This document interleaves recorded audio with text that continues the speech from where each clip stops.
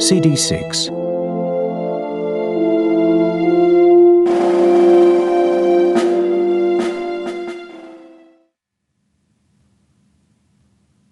At the parade ground next morning, Silk was full of energy, the early hour no hindrance to his enthusiasm. He spread out a copy of Cook's plan of Botany Bay on the ground and beckoned Rook and Wilstead and the sergeant to look. "We will first proceed southwest, travelling through Kangaroo Ground and beyond. Having made a sweep there, we will turn east, and, after pausing for rest and refreshment, will launch our attack. Our objective, gentlemen, is the promontory in the northern part of the bay where there is a village of the Botany Bay tribe. We will surround the village and entrap the natives." "Entrap the natives?" Wilston repeated. "Yes, indeed. A good plan." Silk looked hard at him, but Wilstead's face was bland. This plan showed a grasp of military strategy in Silk that Rook did not know he possessed. He had thought that Silk would simply lead them about in the woods in various directions. Instead, he had come up with a plan that, without Rook's warning to Tagaran, would have had a pretty fair chance of working. Rook had not seen the village, but had heard it described as a collection of huts on a narrow neck of land with deep water on three sides. He revisited Silk's words. "Think of it as a piece of theatre, if you wish." Yet here he was, bright-eyed with his scheme, a coil of rope looped across his chest, ready for tying up prisoners. Rook supposed that even theatre needed to be convincing. The sergeant got the troop of men lined up, and it clanked out of the settlement like a clumsy clockwork toy of many segments which would twitch its way over the floor until the spring ran down. They marched under a low grey sky, along the same track on which Brugden had made his last journey in the opposite direction. They had been marching for some 4 hours when they arrived at Kangaroo Ground, a pleasant, park-like grassy expanse with large trees at intervals and a graceful slope to the land.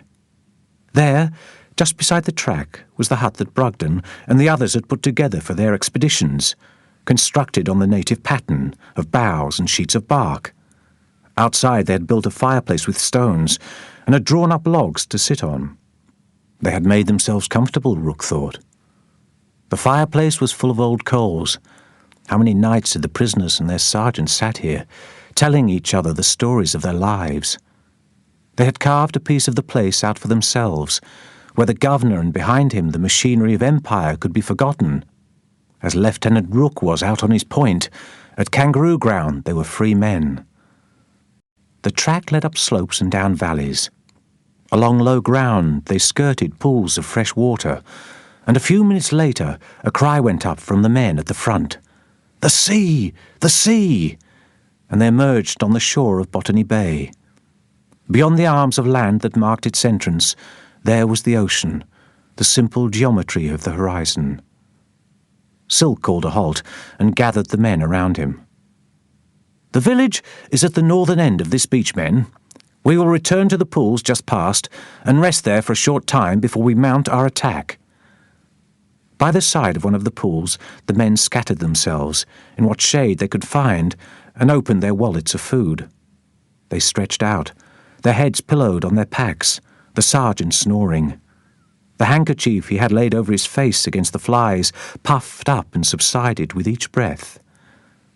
Rook found an embayment among tall bushes that was like a room with walls that shifted in the breeze from the sea. He lay to, but did not sleep. It had hardly begun, but he wished this adventure over. He went through his workings again. Proposition 1. The expedition would only capture natives who did not have any reason to avoid them. Proposition 2. The natives had been given reason to avoid them. Ergo, there was no chance of any capture. Well, he corrected himself, the chance was not 0. He could not put a number on it, but told himself he did not need to concern himself with such a remote possibility. So why could he feel his face contracting with the effort to calculate it? He remembered something he had not thought of for years. The way Dr. Vickery had once tried to put an overawed boy at ease by likening himself to a bat. But Rook's eagerness for night was more than an astronomer's impatience. He had only to get through another 6 or 7 hours of daylight. Then the attack on the village would be safely behind them. night would fall, and he could roll himself into his blanket. He could lie watching the stars until he fell asleep in their cool light.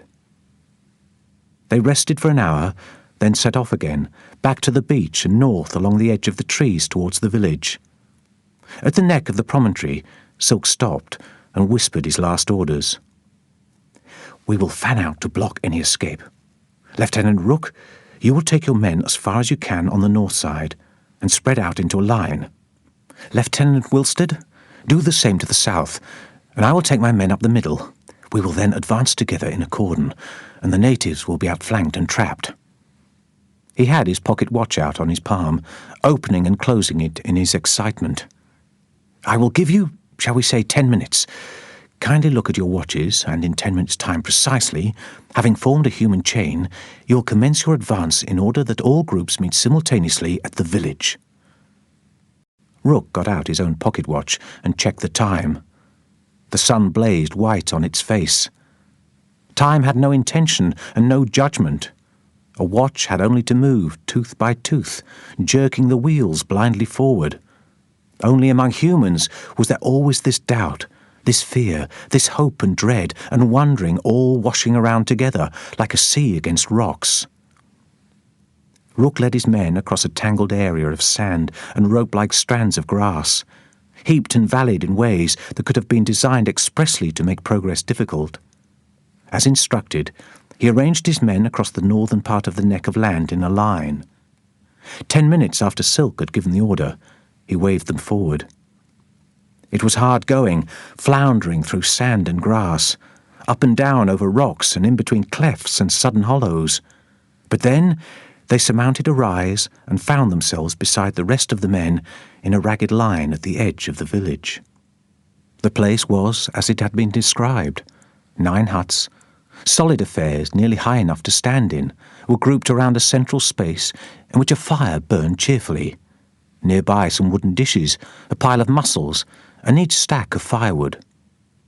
Silk's strategy had been perfectly planned and executed, a manoeuvre as if from a military textbook. The only problem was that the natives had not waited to be outflanked. The sound of men catching their breath was mocked by a bird somewhere nearby. "Too-wee, too-wee." The loop of rope across Silk's chest was uncoiling, one end trailing in the sand behind him. "There they are!" one of the men shouted. Even as everyone turned to look, a native was pushing a canoe off from the shore, sliding in and paddling rapidly across the estuary. 3 other canoes, full of natives, had almost reached the far bank. One was already drawn up on the sand there. A group of men stood looking across at where the redcoats panted. Rook could hear cries and shouts. Of fear or mirth, he could not tell. Silk stared across. His back was straight. His narrow shoulders held stiff. The distance was not enormous, the river no wider than the Thames at Westminster, but a distance and depth impossible for a party of armed men. Wilstead was opening his mouth to speak, but Silk was there first. "Quick, men!" he shouted. "They are not out of range! Quick, now! Load and fire!"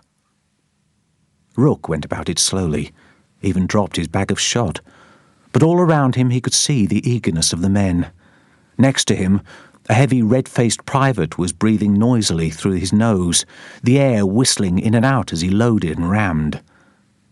By the time the guns were ready, the natives were too far away for any but the luckiest of shots to find a target. One by one the men fired, Rook among them.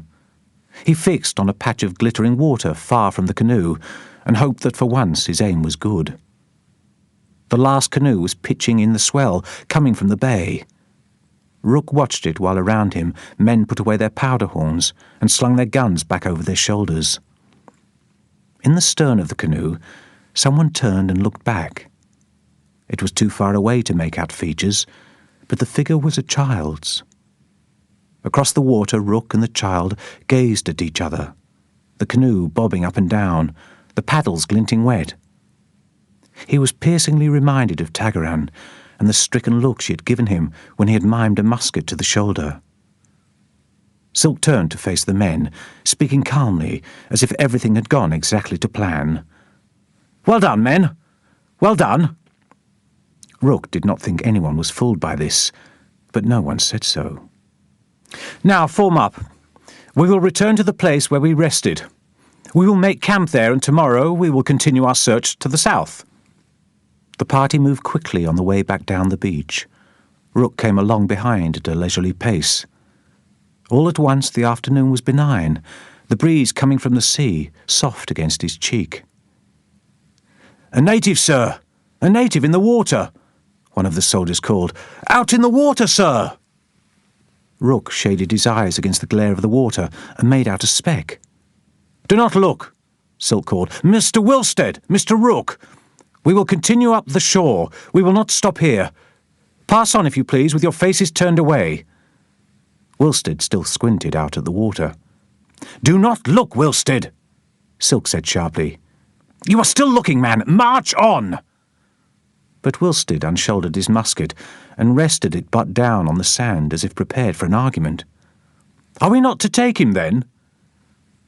"At this distance we can neither seize him nor shoot him. Any such efforts would simply have the effect of rendering us ridiculous. We will pass by without letting him see that we have noticed. March on, quick, man!"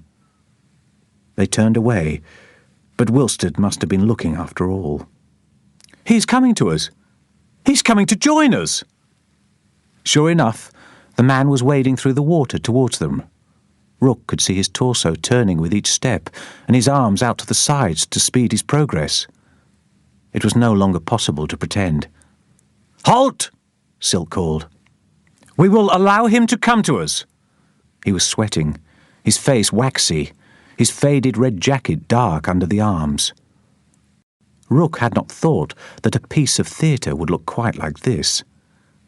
"Do him no harm, men," Silk shouted. "No harm, do you understand? He is coming to us in trust. It is no part of our intention to betray trust, only to punish." His voice strained to be heard over the sounds of the breeze in the trees and the water against the shore. "But, sir," Wilstead said, "are not our orders to take any male natives?" "Take, yes, but only by force. What would be the point, man, if the native invites himself to be taken? There's no message there for the others." "So, if they ran away," Wilstead said dogged, "if they run away we can take them, except we cannot catch them. But if they come to us, we must not take them." The soldiers closest to him caught this, and there was a stirring, perhaps even a sniggering. The man was running up the beach towards them. They could see the sand spurting at each step, and he was close enough now that they could see the woolly hair on his face, the band around his forehead, his feet caked with fine yellow sand like a pair of slippers. Warunjin coming to meet them with every appearance of good cheer. He caught up to them, hardly out of breath, and greeted such men as he knew. When he came to Rook, there was not a flicker of any consciousness, no hint of acknowledging a collaborator. If Warunjin did not know the purpose of their expedition, it would be normal for him to inquire what they were doing there, and Rook was glad when he did so. Were they hunting kangaroo, he mimed? Were they fishing? Or had they come for something in the trees? Honey, perhaps? Silk did not commit himself on the matter of kangaroo hunting or honey gathering. "Warunjin," he said, smiling, the effort to appear casual evident in his voice. "Warunjin, my friend, can you tell us where we would find Karangare?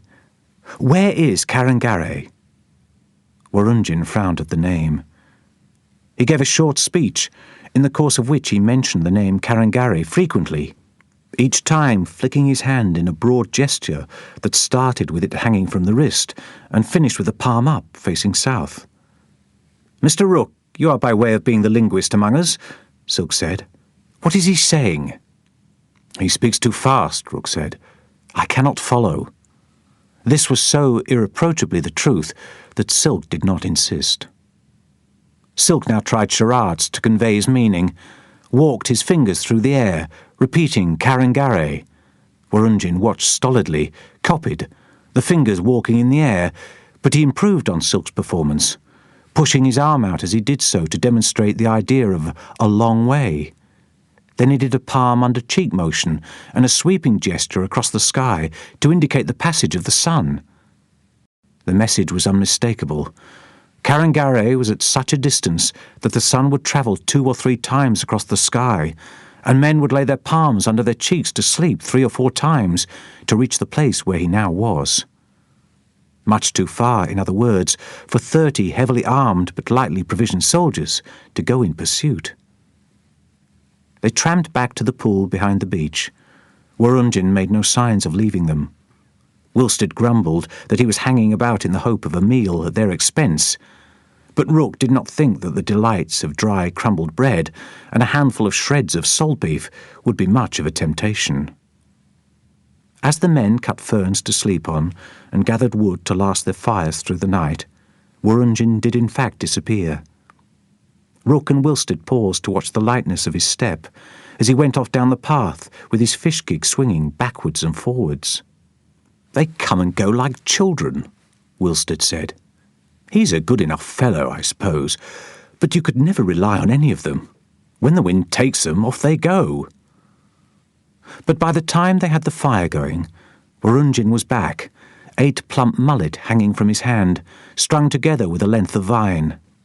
He scraped a few flat places among the coals, briefly cooked his catch, and then broke the fish into pieces with his fingers and shared them out among the officers, laughed to see how squeamish they were about the heads, took them back and crunched the heads entire, indicating how good they were. "Well," Silk admitted after he had licked his fingers clean, "he may be a savage, but he does seem to have some idea of quid pro quo." The fire blazed up into the growing darkness. Rook lay back on the sand with a sigh, feeling the tension ease in his shoulders. The shape of the ground pressed up against him. Through the treetops he could see Beetlejuice, very red tonight, winking in a gap between the leaves. In the morning there would be a few more hours of pointless tramping through the forest. Then they would direct their step back towards Sydney, empty-handed but blameless. Silk's face was swarthy with a day's beard, sunburnt and shining in the flickering light. He would come out of this well, Rook thought. He would regale the governor with every detail of the business. The governor would think him a fine fellow, heap praise on his head, mention him in the next dispatch. The attack on the village would make a good chapter in Silk's narrative. He had orchestrated an impressive performance. The checking of the watches was a masterstroke that would add colour to the account. Silk would mask the failure of the expedition with an amusing ruefulness and self-deprecation. There might even be a hint that the failure was no accident. He would emerge as a man who had picked his way with tact and humanity among the pitfalls of the situation. At a time when feeling ran high, he had talked the governor down from 10 natives to 6. The final triumph of his genius would be to come back with none and still be praised. It was a pity Rook could not share his own triumph with Silk. What a lively chapter it would have made in the narrative. The neat sidestepping of a difficult situation by the unexpectedly deft Lieutenant Rook. He sat up, hugging his knees. There would be time now, all the time in the world, all the time in a life. He would apply for another term of duty, and another beyond that. The specifics of the future were not clear, but the outline was wonderfully simple. Himself in New South Wales. He would go on talking with Tagaran and the others. He would master the language. The day he had written, I Kadianed it, without thinking. He had taken a step on a journey he wanted never to end. Double rations and the failure to capture a single native had made the men raucous. Beside their bonfire on the other side of the clearing, they were having something of an impromptu party. Silk looked over now and then, but let them go. Among the 3 officers, there was a peaceful silence, each man gazing into the fire with his own thoughts. Warunjin was half asleep, staring glassily into the flames, his body relaxed. The moon rose, bright enough to make the flames sallow. By its light, Rook watched Silk unbuckling his pack and groping in it, he supposed for his journal. Rook leaned over to help him by holding the awkward flap. I look forward to seeing what you make of our expedition, he began. But he had taken hold of the bottom of the bag by mistake, so that the thing upended on the sand. A hatchet slipped out. its freshly honed edge gleaming in the moonlight. Bent around it were several folded canvas bags. "Why, Silk? Were you planning to cut your own firewood?" Rook said, feeling the edge on the hatchet, sharp enough to shave with. "With 30 men to do it for you?" In his expansive mood, after the days of anxiety, the idea of Silk with a hatchet in his hand, chopping his own kindling, seemed the funniest thing in the world. But Silk was not amused. He grabbed the hatchet out of Rook's hand, thrust it back into the bottom of the pack, picked up the bags and tried to jam them in after it. Wilstead was watching with an expression that Rook could not read. There was something about the hatchet, something about the bags that Wilstead knew. "Well, Silk, out with it!" Rook cried. "Did you hope to bring back a couple of trophies for Dr. Waymark to paint, or add illustrations of your own to your narrative?" The hatchet had drawn blood, black in the firelight, on the ball of his thumb. "Not so far off the mark, Rook," Wilstead cried. "Trophy is very near the case." He was vastly entertained by some idea. Rook saw him glance across the fire at Wurunjin. "Lieutenant Wilstead," Silk exclaimed, "I will thank you to hold your tongue." He had at last got the pack closed again and pushed it behind him, in the shadow cast by his body. Wilstead smirked at Rook, but said no more. It was not the hatchet, not the bags, but the set of Silk's face, half visible in the firelight, and a tone in his voice that sent a chill into Rook. A breeze passed over the trees all around, a long shiver of sound like a sigh. A peculiar kind of sum was working away in Rook's mind. The hatchet plus the bags, multiplied by Wilstead's smirk, and divided by the look on Silk's face. "Silk," Rook started. His voice caught in his throat. It seemed to have closed around the words. He coughed, tried again. "Silk, a word. Might I have a word?" He got to his feet and jerked his head towards the darkness. Silk hesitated, then got up and followed him. Out of earshot of the men around the fire, Rook turned to him. In the dimness he could not see what sort of expression was on his friend's face. "The hatchet, Silk," he said. "And the bags." He could hear his own voice as neutral as a man laying out the propositions of a calculus.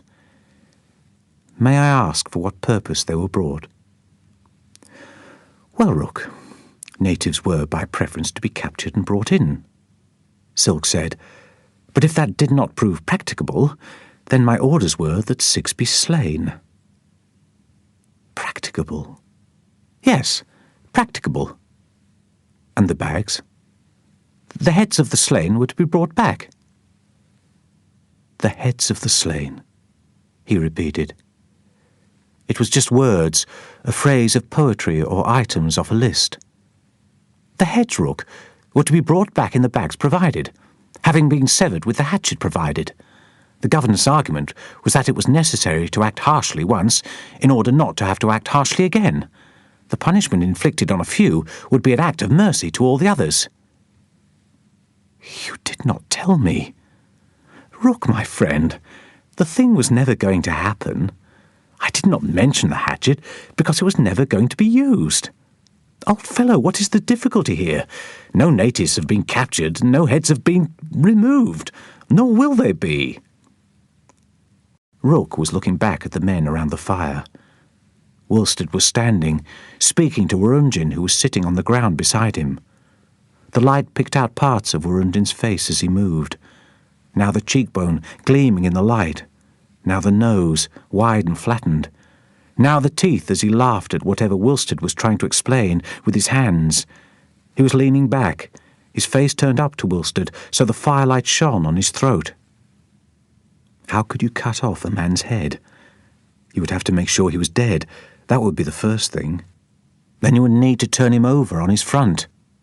What with the protuberance of the nose, the side of the neck would be uppermost. Then you would take up the hatchet. The handle was short, so you would have to get in close. It would not be a matter of one neat blow. You would have to hack at the slack skin of the neck. It would tend to slide away from the blade, and the jawbone would present an obstacle. Someone would have to hold the head so the bony part of the neck could be got at. Then there was the matter of putting the head in the bag. Someone would have to pick it up. How heavy was a head? To pick it up by the hair would probably seem easiest. Another man would have to hold the bag open. Whoever had the job of carrying the bag back to the settlement would be followed by a cloud of maddened flies. He might tie the bag to his knapsack to start with, but its bouncing would irritate. He would find it easier to carry it. It would be heavy. He would need to swap it from hand to hand. Could he do that without thinking of what there was in there? A human head? A human face? A face like this one in front of him now, laughing with an expression half sly, half amused, and the human soul behind it, with all its exquisite nuances of feeling. Rook heard himself gasp. He could not catch his breath. His heart was climbing up out of his mouth, agape for the air that would not come. Over at the fire, Wurunjin looked at him, half rose, put out a hand. Had he seen that Lieutenant Rook of His Majesty's Marines was the colour of lard, and was even now stumbling away into the bushes, where he was loudly, thoroughly sick? When the spasms had passed, Rook went down the track away from the camp. The bushes seemed to have grown over the path in the night. He buffeted his way through. Then the last bush fell away before him, and he was standing on the top of the dune behind the beach, alone in the great cathedral of night. Ahead of him was a wide, dark flatness. The shores all around seemed to have retreated in the night. To left and right, the low runs of land were nothing more than a distant, uneven line, blacker against the darkness of the bay, and narrow as a ribbon. Above, the sky was another darkness, the full moon luminous, a wide eye watching. He took a few steps down the dune and sat on the sand. On the glassy water, the moon was broken up into a patch of separate shifting points of sharp light, as white against the black as a magnesium flare. The surface seemed still, and yet small waves slid up the beach, then drew back with a hiss, leaving the lace edge of a different darkness on the sand. As each withdrew, a new flow swelled in and met the outflow with a quick, liquid crash and scrape. That sound was not the wave itself, but the turmoil where the coming met the going. If you looked out at the bay, the specks of moonlight sliding across it, you would have said that it was as still as the water in a cup. Yet here it was at the edge, moving up and down, in and out, never at rest. He could see it now as he had never seen it before. One body of water encircling the globe, the continents nothing more than insignificant obstacles around which it effortlessly flowed. The land, much less the people on it, was irrelevant to this enormous breathing being. It was divided up on the map, its parts given different names. The names were not just irrelevant, but false.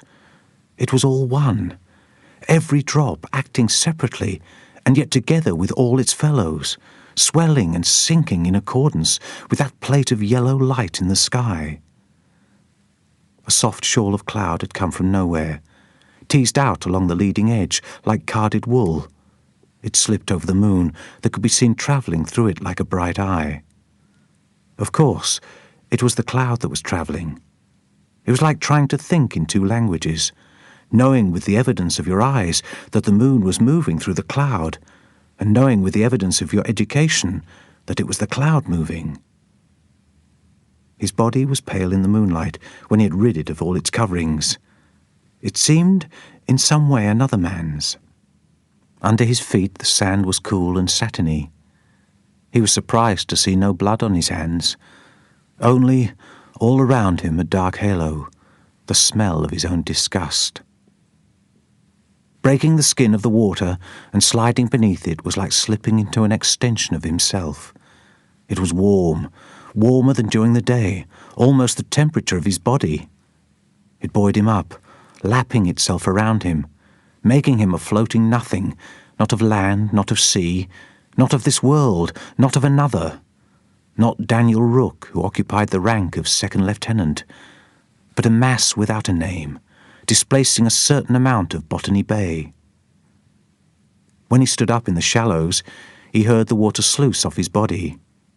He rubbed at his hands, his face, his hair, snorted the salt up into his nostrils and out again, rinsed and spat, until the salt was stinging, his eyes flooding. He looked back at the dense blackness of the land.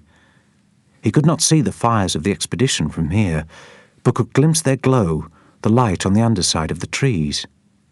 He watched a mass of sparks fly up as some invisible hand threw on more wood. He heard the clink of pannikin against kettle, a sneeze, a burst of laughter. A swell flowed in from the bay, encircling his ankles as if reminding him it was there. He waded out of the water, walked up the beach, sat down and smoothed his hands over a patch of sand, feeling its silky coolness, the last flicker of warmth on its surface. The moon was bright, but he could see Sirius, that gem of the summer sky. The natives would have a name for Sirius. For them it would not be part of the great dog. They would have some other story altogether. But whatever you called the stars, their light and their pattern were the same. Beyond the chatter of human argument was their plain statement. Everything is part of every other thing, now and forever. There was no debating with them. Logic was irrelevant to them. They were blissfully indifferent to the dilemmas faced by Lieutenant Daniel Rook, that speck of consciousness. By the timeless light of the heavens, his flicker of life meant no more than one of those sparks that flew up from the fire. The stars could always be found where the almanac put them. About the heavens it was simple, right or wrong. Down here among the workings of humans, there was no guide that could be relied on for an answer. Rook had accused the governor of faulty logic. He had scoffed at Silk for it too, but he had used the same sophistry. He had persuaded himself that, as long as the expedition failed, there was no harm in being part of it. He thought he had been so clever in warning Tagaran. He had cranked the handle of his stratagem, had smirked to see the gears mesh, the wheels begin to turn in the machine that would let him obey while keeping his hands clean. What he could see now was that he was exactly as guilty as the governor and as Silk. Like them, he had allowed self-interest to blind him. He heard himself groan, a heavy, inarticulate "oh." It was the simplest thing in the world. If an action was wrong, it did not matter whether it succeeded or not, or how many clever steps you took to make sure it failed. If you were part of such an act, you were part of its wrong. You did not have to take up the hatchet, or even to walk along with the expedition. If you were part of that machine, you were part of its evil. Directly ahead was the gap in the land, beyond which was the ocean that had brought the Berrowal Gull 2 years before. He had stared from Sirius at the land approaching and seen nothing but opportunity. At Sydney Cove he had watched those natives running along the shore, keeping pace with the boat, shouting their unambiguous message. They had been nothing more than naked strangers. Sitting in the bow of the cutter, he had had a musket ready, loaded in his hands, primed to use it if ordered. That Daniel Rook seemed to have been replaced, syllable by some other man. He knew those naked people now. He did not understand them, but he could no longer think of them as strangers. A few miles to the north, beyond the woods through which a column of men had marched earlier that day, Tagaran would be lying by a fire, asleep. There would be no candle there to keep her awake, no blanket to scratch her skin. Only the night, wrapping itself around her as it wrapped itself around him. Only the moon, looking down on her as it looked down on him. There was no word for what he had learned with Tagaran. He could not attach a name to what he felt for her, but she had shown him the existence of the man he could be. That man was not just a lieutenant in His Majesty's service. That man knew how to sit as well as act, how to listen as well as speak, and how to feel as well as think. He had discovered truths, powerful in spite of having no names, about two people and what they might share. That man had nothing to do with expeditions involving coils of rope and muskets, much less with sharpened hatchets and bags the right size for carrying human heads. To remain with the expedition was to turn his back on the man he had become. But to refuse any further part in it would be to step into the void. He could still feel the harsh sunlight of English Harbour, see the cropped heads and flapping jackets of those other lieutenants, could still smell the shit of the one who had been hanged, still choke along with him on the rope around his throat. Some things went too deep for forgetting. Rook watched the uncoiling of the water in and out. As each wave curled over itself and fell on the sand, a gleam of light streamed along its broken edge. It was not thought, not logic, not calculation. It was just an impulse of the body, like breathing or blinking, a reflex that was beyond reason. "I cannot be part of this," he said aloud. The words left behind a windy hollow feeling that he recognized as fear. He did not know what difficult path this new Daniel Rook might take him down, or where it would end. He knew only that he was prepared to welcome the stranger and follow where he led. Back at the fire, the men were rolling themselves into their blankets, arranging their handkerchiefs over their faces against the mosquitoes, banking the fire with green wood that would smoke all night. Rook went over to his knapsack and unfastened his blanket. The buckles seemed huge, awkward. It was his fingers, he realized. He was calm, only he could not make his fingers work. The buckles finally forced open, the blanket unrolled. Rook lay in it, glad of the handkerchief to hide his face.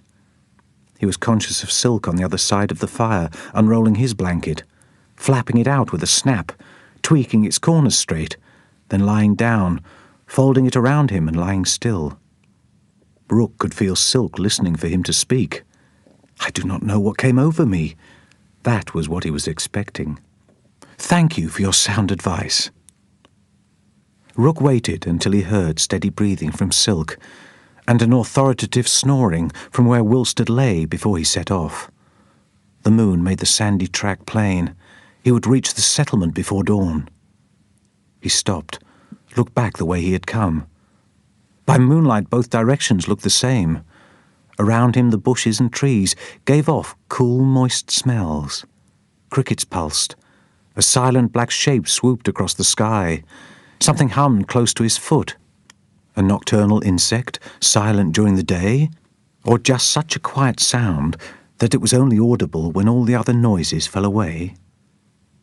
He turned, hitched the knapsack further up his shoulder, and walked on. At dawn, as he rounded the last corner of the track before the settlement, there was the governor marching along smartly, as if on his way to the brick kilns. Major Wyatt was beside him. The governor was looking at the ground and keeping up a steady stream of words, while Wyatt kept his gaze respectfully on his superior's face.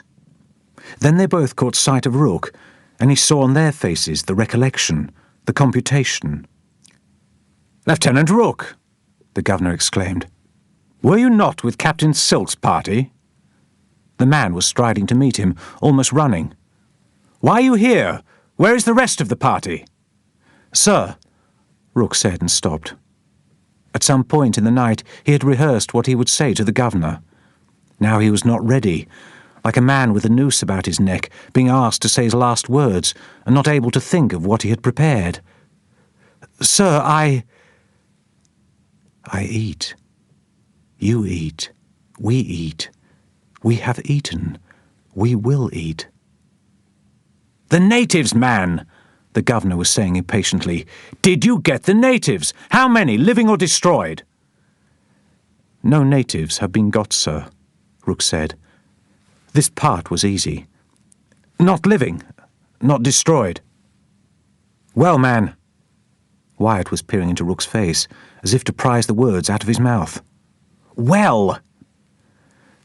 "The natives eluded us, sir," Rook said. "Tch!" The governor's face creased in annoyance. "Speak up, man! How did that come about?" he demanded. "Speak up, Lieutenant Rook! Come, man!" "It was a failure," Rook began. Remembered the firelight, Wurrungen laughing, the hatchet shiny along its blade, where someone had so recently been employed to put the keenest edge he could on the iron.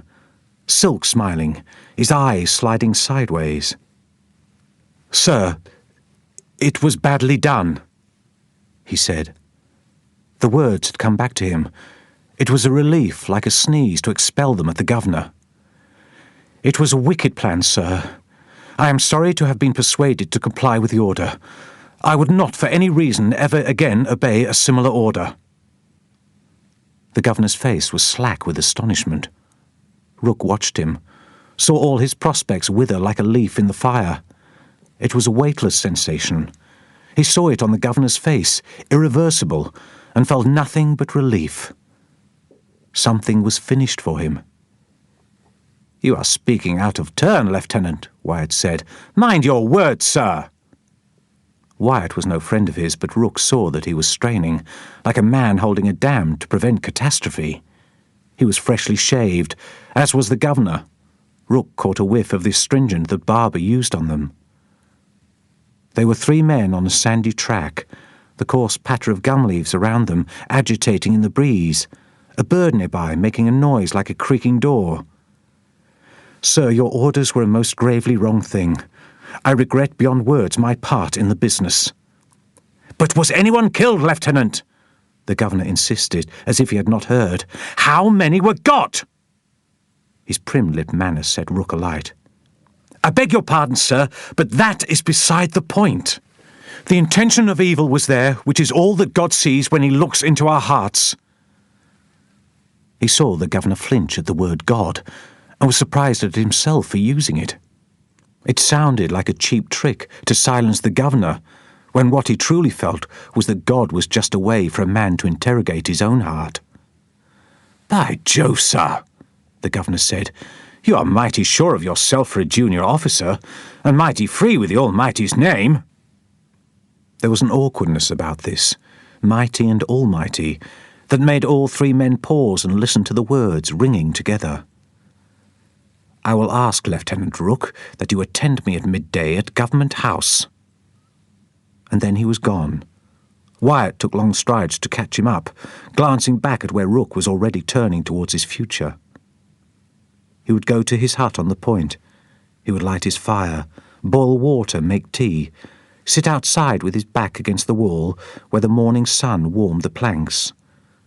Depending on when the ships arrived from England, he might have a few weeks or a few months to sit there. He would go on measuring the rainfall, taking the temperature of the air. He might even find 1 or 2 more stars and add a few more words to the notebooks. But sooner or later, His Majesty's grand machine would take him into itself. He would be sent away. He would stand and listen as a court pronounced his sentence. Then he would be taken from that place and be obliged to submit to one kind of death or another, the death of the body or the death of the future. By the time he entered the settlement, the stars could no longer be seen. The sky, arching over him, now a limpid early morning blue. But they were still there, hanging in their appointed places. The earth would turn forever, and sunset would follow sunrise into eternity, and the glory of the stars would blaze out whether or not anyone saw them. Part 5. Antigua, 1836. Almost 50 years later, the earth still turned and the stars still burned, and Daniel Rook still looked up and watched them. He had learned that the naked eye could see things a telescope could not. The exquisite instruments of astronomy could add new stars to the sum of the world's knowledge, but it took a soul to wonder at the beauty of those already discovered. They had not hanged him, for which he had gone on his knees and given thanks to God, but when they told him he might continue in the service, on condition that he apologized to James Gilbert and accept a loss of rank to ensign, he refused. By then he knew why he had been spared, and it was not to serve His Majesty. He went straight from the court to offer himself to another cause. That cause had taken him back to a place he had never thought to revisit, Antigua. He marvelled at the symmetry of it. In Antigua he had once watched a young lieutenant of Marines hanged for disobeying. He too had disobeyed, but had been spared, and it seemed only right that Antigua should take his life and make use of it. Now that life was fading, a star at dawn. He lay awake in the dark. Sunrise was some time off, but the window was a grey square. The tropical dawn would come too quickly, that brilliant Caribbean light that an invalid longed to shut out. Waiting for darkness was what he did now, as he had done when he was an astronomer. He thought the final darkness might not be far off. He lay still, hardly breathing. There was a short space of time in which he was blessedly conscious only of existing. He savoured it.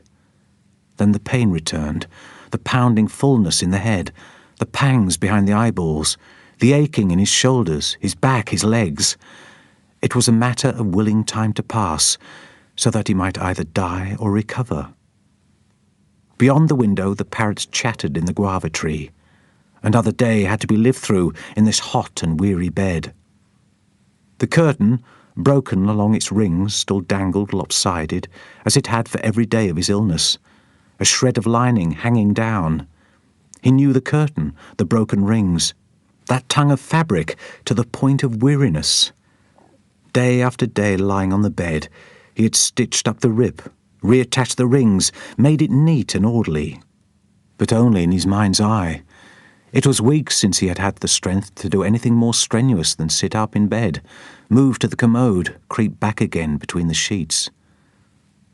Now he could make out his other familiars, the constellations of mildew on the ceiling and the cracks in the floor tile that made the shape of France. In his busy mind he had a pail of hot soapy water, a scrubbing brush. The cracks were full of dirt, the tiles themselves clouded across their terracotta surfaces. It was interesting to observe, or had been the first 100 times, how the pattern of dirt revealed, in a way otherwise invisible, the slight unevenness in the laying of the tiles. Where one corner was lower than its neighbour by a fraction, the dirt had settled, undisturbed. Where an edge rode high, the passage of feet had worn it clean. If for any reason you needed to create an absolutely flat surface, for some experiment involving metal balls and their movement, for example, this would be a way to make sure of it. If he should ever find himself needing such a perfect surface, he would remember how you could use dirt. He took it as a good sign that he could still have such orderly and deductive thoughts. The servant woman Henrietta was good, but she had enough on her hands looking after him. Even before he fell ill, she stayed only out of a sense of honour. He had not been able to pay her for perhaps a year. "You have been good for us," she always said when he apologised. "For me and for us." She meant, of course, the slaves. He had given his life for them. Well, that was a little melodramatic. He was not yet 30 when he had begun to give his life for them. He was 74 now, lying on this hot bed. Call it 2/3, roughly, something like 2/3 of a life. Actually, it was 22/37 of a life. He wondered how sick he would have to be for numbers to leave him, that craving for the exact. 2/3 of a life, then, let us say, that had begun with such promise. Then he had made his choice, and it had brought him here, to this house on the hill above English Harbour. All those who had exclaimed at his prospects had fallen away long ago, and all those he had loved, wife, son and daughter, were dead or elsewhere now. If a man lived as long as he had, he supposed things could not be otherwise. Now it was just himself and Henrietta. He could hear her clanking downstairs in the kitchen, and the mewing of the cat wanting its breakfast. Henrietta would bring him a slice of mango from the tree outside, a plate of cold boiled yam from last night. He wanted neither, but she would bring them and scold him in a quiet way, hold up the mango until he took a bite, wipe his chin for him when the juice ran down. A bowl of oatmeal would be good. He had loved oatmeal as a child. Portsmouth, forever shiny in the rain, and his mother's oatmeal, warm and sweet, fat with cream. In Antigua, oatmeal was unknown. He supposed it could be brought from the ships that carried other luxuries from England, but only if you had money. He had bought Henrietta at auction, when he still had money. By then he was used to it, standing with the other men and counting upwards aloud, turn and turn about with them until they stopped. How many had he bought? He had started a list in the beginning, but left off after a time. For once the number did not matter. He could only say, I bought as many as I could. Bought and freed, of course, and how they hated him for that, the men around him in the auction yard. They had agreed among themselves and bid the price up and up to ruin him faster. Now there was nothing, just the water in the well, the mangoes on the trees, the yams in the garden. Go, he had said, trying to be stern, when the last of the money was gone. I cannot pay you. You must find another place. She had not tried to argue, only shaken her head and pressed her lips together like a child refusing medicine. He supposed he should be sorry for it now, that choice he had made 46 years ago. He tried out the idea in his mind, regret, remorse. He tested the words against what he felt. His head ached. His body pained him in every joint. The light hurt his eyes. He wished his wife was still alive. He would like to see his sister Anne one more time, and taste oatmeal once more, and feel the soft Portsmouth rain on his face. All these things he felt, but he did not seem to be feeling regret. The words of regret could be summoned, but not the pang. Regret, glimpsed out of the corner of the eye, flickered, flamed, expired. He heard Henrietta greeting someone downstairs, the rumble of a man's voice, and could imagine it. Henrietta, a freshly washed once-red bandana bound around her black hair, and Redout, the postman. Through the open window he heard sounds of sweeping, and then the regular thump as a rug was beaten. Someone sang a snatch of melody, called out. There was a prolonged splash as water cascaded from something into something else. A rooster crowed triumphantly. Soon Henrietta would come up, would push back the ragged curtain and turn to look at him. Indeed, here was her footfall on the stairs. The matting had gone long ago, so he could hear every step of her bare feet, quiet though they were. Here she was, and in her hand the old white dish with, yes, the slice of mango, and there it was too, the wedge of greyish yam. He would eat a mouthful, just to bring a smile to her face. There was a mock hurt she did that he could not bear to see. He knew it was only pretence, as you might pretend for a child, but still he would yield to it. He would eat the yam first, that delicate earthen taste, then the mango, sweet, fragrant, its texture almost meaty.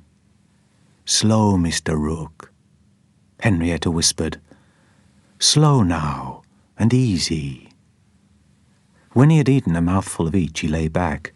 The mango was sweet to the tongue, but it left an aftertaste with a bitter element. He wanted to wash it away with a sip of water, but could not find the energy to sit up and drink. The room was growing hot. He could feel the sweat, a cool drop sliding down his cheek. There was the tiresomely familiar curtain, the cracked tile, the mildew. He thought he could not bear to live through another day of the light crawling around the room, waiting for nightfall. He heard himself sigh out all his air in a sound that was half groan, half wail. Henrietta leaned forward, and she sat for a long time, holding his fingers in hers, caressing them. He could feel the skin of her fingers, slippery, smooth, warm against his own. Putowa. That was the word Tagaran had taught him. Putowa. And he had written the meaning into his little book. To warm one's hand by the fire, and then to squeeze gently the fingers of another person. There, on the far side of the world, it would be dusk. Tagaran, if still alive, would be a grown woman with grown children. She might have grandchildren, skinny and laughing, like the child she had been when she made a friend of Daniel Rook. She would remember him. Of that he was certain. She would tell her children about him. The Berrowell girl who had been her friend when she was a girl, who had had such difficulty with her name she had to say it 10 times, who wrote it all down in 2 blue notebooks so that the words would be fixed there forever. Did she wonder what had become of the notebooks, the record of their conversations, written down for anyone who ever opened them and read? She would know, he thought, that he would keep them always. The books had travelled with him to London on Gorgon, and then to Africa, all those years, and they were with him still, in the top drawer of the dresser in the corner. But he had never got them out, never read them. It was enough for him to know that they were there. When he and Tagaran were both dead, when their children's children were dead, the notebooks would tell the story of a friendship like no other. He had hoped to go back. He had always hoped that. Here on these islands, with black faces all around, he had seemed closer to her, had felt himself to be travelling towards her, only a slip of land and a single ocean between him and New South Wales. He knew now, with the clarity of fever, that he would never go back there. New South Wales was as unreachable as any other past. He did not need to look at the notebooks to remember every detail of New South Wales. He knew how it was there in the twilight. The land lost its light before the sky. The water gathered up the last of the radiance and held it, gleaming and shifting. If he were to go back to that night on the sand of Botany Bay, would he make the same choice again, knowing that this was where it would lead him, to the raucous birds in the guava tree outside, the voices drifting up to the window, this hot room with the circling flies, the man on the bed looking at the pattern of mildew on the ceiling like dark stars? On his last morning in New South Wales, he had woken before dawn. Through the open door he could see a few stars, although the sky was beginning to lighten around them. Down in Sydney Cove, Gorgon waited to take him to England. It was bad luck that the long-awaited ships had finally arrived so soon after his interview with the governor. "You know I do not have the power to convene a court-martial," His Excellency had said. His voice had trembled with anger. "But you will be sent back at the earliest opportunity, Lieutenant, to face the consequences of your actions." He had once thought to spend the rest of his life in New South Wales, but the earliest opportunity had turned out to be no more than a month. There was a good breeze. He could hear the harbour slapping itself up against the rocks at the foot of the point. As soon as it was dawn, they would ready Gorgon to sail. There would be no timekeeper to be wound on this voyage, and no new land at the end of it, only the unknown years of the rest of his life. He got up and went outside. There was Beetlejuice, and along with it, as it had always been, the white blaze of Regal. They had been there since the beginning. Whatever the beginning was, would be still there when the speck of matter called Daniel Rook was no longer even a name on a forgotten gravestone, when the gravestone itself had worn away, grain by grain. Even then, Regal and Beetlejuice would still be travelling together across the sky. He had lit his fire, made himself a last dish of sweet tea, warabara, took his chair outside and sat there with his back to the wall as he had so often before, watching the sun rise one last time. He found himself taking large breaths like sighs, and there was a coldness about his heart. A gilded bird, one of the white parrots caught by the sun's first rays, flapped magnificently across the patch of blue sky between the treetops. At noon, Gorgon cast off from its mooring, and the blocks rattled and squealed as the sails were raised. He stood at the stern and looked towards the point the natives knew as Tara, and which he had tried to name after Dr. Vickery, but which people seemed determined to call after himself. He could see the roof of his hut and the brave little tepee of the observatory. On the very tip of the point, on the rocks below the hut, he could see a few natives. Among them, he could just make out the figure of Tagaran. She had arrived that morning, not leaping down the rocks as she usually did. They had barely spoken. There was nothing to say. But while he buckled up his bag and clipped the latches on the sea chest and sat on it waiting for the men to come and carry it to the ship, she crouched over his little fire.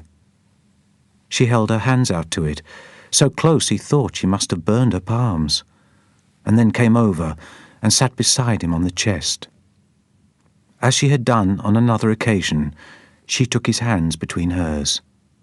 He felt her fingers pressing and smoothing, transferring their heat to his. He closed his eyes. His skin had taken on the warmth of hers, so he no longer knew which was hers and which his. When the men came for his sea chest, Rook and Tagaran looked at each other, looked away. He followed the men up the rocks along the ridge. At the top he did not turn. He kept his hand close tight around itself, around the warmth she had put there, and went on down the hill, along the track to where the boats were waiting. But now, leaning on the stern rail as the ship gathered way, he could see her down on the very end of the point. She was standing on the rock from which he had once watched a man spear a fish and tuck it into his belt cord. She was so far out that the waves were washing over her feet at each respiration of the water. He found himself smiling. She was as close to Gorgon as she could get while remaining on land. As the wind filled the sails and Gorgon picked up speed down the harbour, he waved, and she answered straight away, her arm drawing one large shape through the air. Between them, across the water, a long thread stretched out, spinning out longer and longer as their figures grew small. Soon Tagaran became indistinguishable from the rocks around her. The rocks indistinguishable from the headland nothing more than a distant part of the landscape. Tagaran was invisible now, but she was part of everything he could see, like the faintest, most distant star, sending its steady light out towards him, across space.